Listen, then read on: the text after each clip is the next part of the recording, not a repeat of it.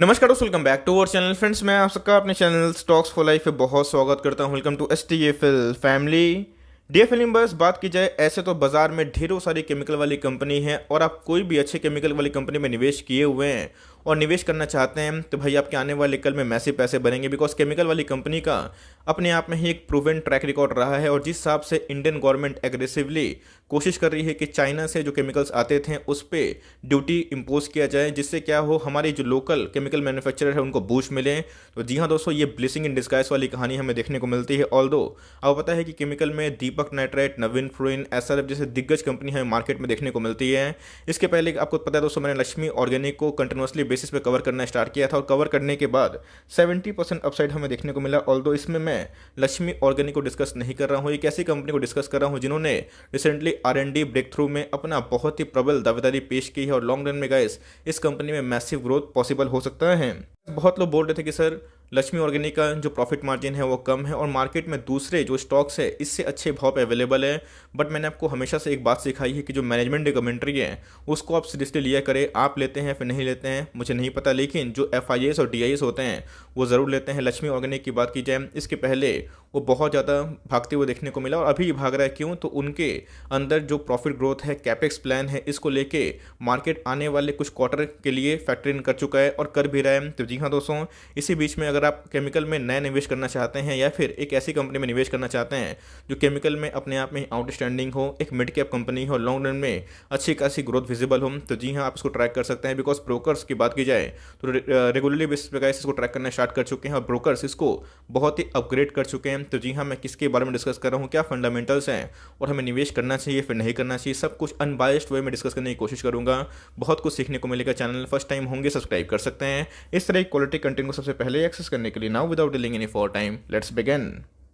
शुरुआत करता हूं अपने वीडियो को भाई शेयर होल्डिंग पैटर्न से। अगर आप देखें तो प्रोमोटर के पास 78% के आसपास स्टेक देखने को मिलते हैं। हाल फिलहाल में ही इस कंपनी का हमें IPO देखने को मिला था, 70% के अपसाइड दिखाई पड़ा था। GMP बहुत ही उछाल देखने को मिला था। ऑल्दो कंपनी का जो शेयर होल्डिंग पैटर्न में अगर आप देखें तो as per the SEBI norms company के जो शेयर होल्डिंग प्रोमोटर पैटर्न की बात की जाए तो इनको आने वाले कुछ महीनों में, कुछ सालों में 75% नीचे करना होगा, लेकिन दोस्तों उससे पहले शेयर प्राइस रॉकेट बनेगा। ऑल्दो अगर आप देखें म्यूचुअल फंड दोस्तों अपना जो स्टेक है 2% के ऊपर रखा है। DIS की बात की जाए तो भाई अदर डोमेस्टिक जो इंस्टीट्यूशंस होते हैं इनका भी स्टेक 1.27% के आसपास है। FIS ने दोस्तों ऑलमोस्ट 4% का स्टेक लेकर रखा है। पब्लिक की बात की जाए तो उनका स्टेक दोस्तों 13% के आसपास दिखाई पड़ जाता है। मैंने आपको दिखाया है कि बहुत ही स्ट्रॉन्ग प्रोमोटर होल्डिंग हमें देखने को मिलती है और उसके बाद अब देखना बनता है कि कंपनी के अंदर सेल्स कैसे रहे हैं। कंपनी के सेल्स की बात की जाए 245 करोड़ के आसपास था 2018 में। दोस्तों अभी की बात की जाए 538 रुपीज़ इन करोड़ से अगर आप देखें तो सेल्स में अच्छी खासी हमें बढ़त देखने को मिल रही है। 30-35% का CAGR सेल्स ग्रोथ हो रहा है। कंपनी की बात की जाए तो इनके प्रॉफिट मार्जिन बहुत ही शानदार है और जिसकी वजह से अगर आप देखें तो कंपनी का जो प्रॉफिट 2018 में 50 करोड़ के आसपास था, अभी की बात की जाए तो 200 करोड़ हो चुका है। मतलब दोस्तों प्रॉफिट में 4 गुना जंप है। इसका मतलब कंपनी में कंटिन्यूसली हमें सेल्स और प्रॉफिट ग्रोथ देखने को मिल रही है। रिसेंटली आपको पता है कि जो कंपनी केमिकल में काम करती है, जो कंपनी रिसर्च एंड डेवलपमेंट में काम करती है, तो ब्रेक थ्रू बहुत सारी कंपनीज को मिलता है। 27 अगस्त को मैंने एक आर्टिकल पे आपसे शेयर किया था, बताया था कि कंपनी को R&D में एक बहुत बड़ा ब्रेक थ्रू मिला है। तो जी हाँ दोस्तों, जो कंपनी अपने एक्सपेंशन में काम करती है, रिसर्च एंड डेवलपमेंट में काम करती है और कोई बड़ा ब्रेक थ्रू मिलता है तो जी हाँ दोस्तों वो बहुत सारे प्रोडक्ट्स को अपने ही जगह बनाना स्टार्ट कर सकती है और जिससे क्या होता है इनके रेवेन्यू और इनके जो प्रॉफिट है वो बूस्ट हो सकते हैं।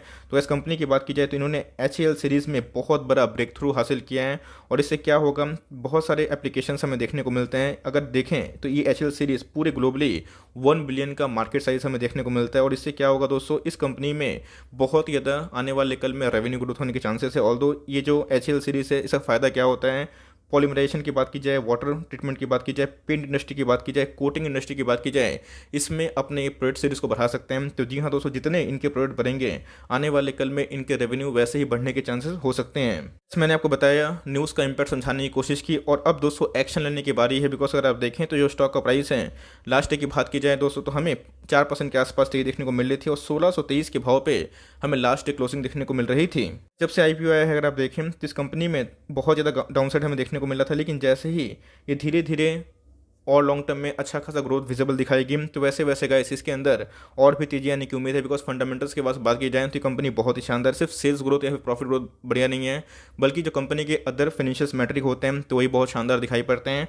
और आप देख सकते हैं गाइस कि अभी भी कंपनी आपको डिस्काउंट रेट मिल रही है, बिकॉज ये 1750 का स्टॉक हुआ करता था, मतलब ऑलमोस्ट उसी के भाव में अभी की बात की जाए तो गाइस इसमें एक अच्छी खासी तेजी देखने को मिल रही है, अपने बॉटम से अच्छा खासा रिकवरी देखने को मिल रहा है। ब्रोकर्स की बात की जाए, जी हाँ दोस्तों, अब इसको लेके एग्रेसिवली कवर करना स्टार्ट कर दिए हैं। आनंद राथी की बात की जाए तो उन्होंने क्लीन साइज का जो टारगेट प्राइस है 2000 के ऊपर दिया है, मतलब सीएमपी से गाइस अभी भी ये 30 से 35% का अपसाइड हो सकता है। ऑल्दो अगर आप देखें तो मोतीलाल ओसवाल ने भी इसको लेके अपनी प्रतिक्रिया बताई है और बताया है कि 18% का अपसाइड हो सकता है। तो जी हाँ दोस्तों, ये सब जो ब्रोकर्स हाउस होते हैं उस कंपनी को पकड़ते हैं जहाँ ग्रोथ की विजिबिलिटी होती है, और कंपनी एक बार जब न्यूज़ माना स्टार्ट होती है तो भाई उसमें बाइंग्स एंड सेलिंग्स थोड़ा बढ़ते हुए देखने को मिल जाता है। मैंने कंपनी का नाम बताया, उनके फंडामेंटल्स दिखाएं, उनके सेल्स दिखाएं, लेकिन अभी और जो इंपॉर्टेंट जो रेशियोज है वो देखना बहुत ही इंपॉर्टेंट होता है, बिकॉज क्विक इन्वेस्टमेंट करना सही नहीं होता है। देखना बनता है कि जिस कंपनी में निवेश करते हैं वो कंपनी फंडामेंटली मजबूत है। फिर अगर आप मार्केट कैप देखें तो 17,000 करोड़ के आसपास की मार्केट कैप है।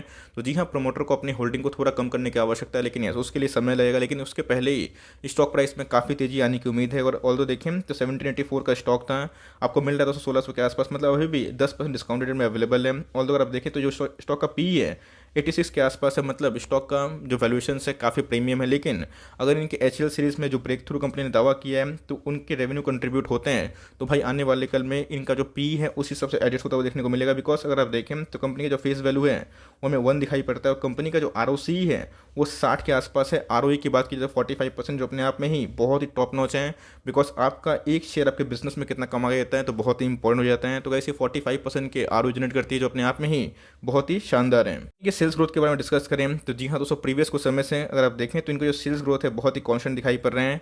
30% का CAGR ग्रोथ करना बहुत ही मामूली बात नहीं होती है, बहुत ही बड़ी बात होती है। कंपनी अगर इसको अचीव कर लेती है तो आने वाले कल में दोस्तों इस कंपनी में हमें और भी अच्छा अप मूव देखने को मिल सकता है।